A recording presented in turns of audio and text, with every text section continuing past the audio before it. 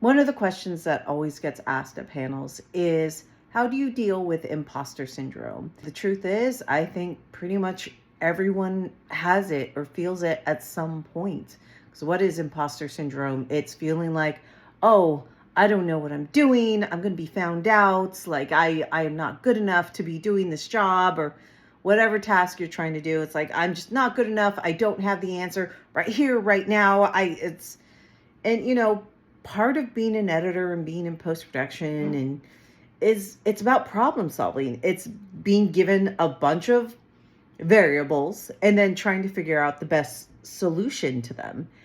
And depending on what the goal is, that might have one correct solution, especially if it's kind of a tech type solution where things are built a certain way. And then when it comes to editing, where you are a storyteller and you could mold things different ways depending on what the goal is.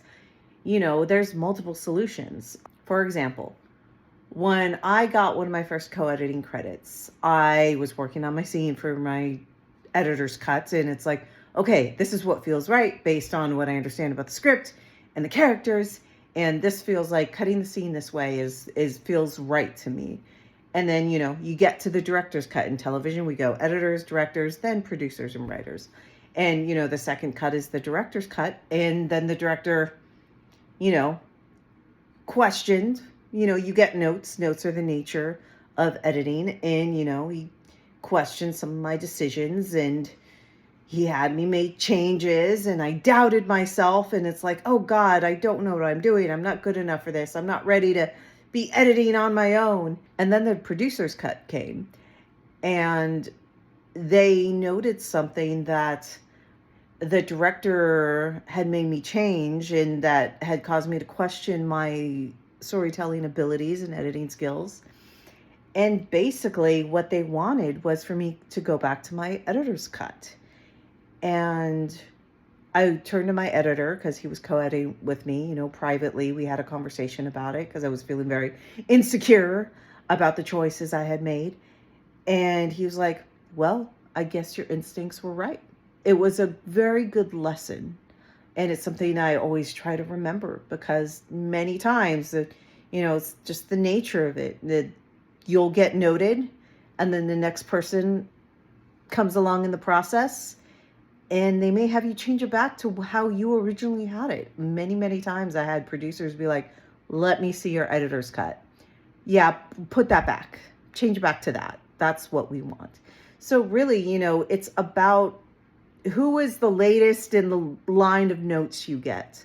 There's no one right answer. And some people may make you believe that, oh, well, you're doing this wrong and you're not very good. It's like, it's an opinion based on what they want and imagined in their head. And then the next person comes along and they think you're brilliant for the choices you made. And it's always good to remember that. And, the trick of being an editor and getting noted is being able to work with both types of people and both types of notes and feedback is, okay, how can I change this to what you envision? Like, let me work with you. Let's see what we can do. See if I can give you what you want without doubting your ability, because you shouldn't get defensive. You don't get final cut as the editor. One of my mentors, Alan Edward Bell, always said, editing is a service industry. We're in service to whoever has the latest control of the cut, whether that be the director, the producer. We are in service to them. It's not our story to tell unless, it's our story. It's literally we're executive producing it, we're directing, then it's our story. But as just the editor, where we're trying to help them realize their vision. And, because it's so subjective, you never know it's like you're not wrong for making a decision. It just may not be in line with whoever holds the final vision for the project and the story.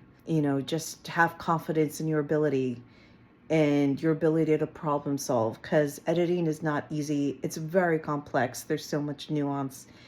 And sometimes it takes multiple versions to figure out the best solution for what the goal is.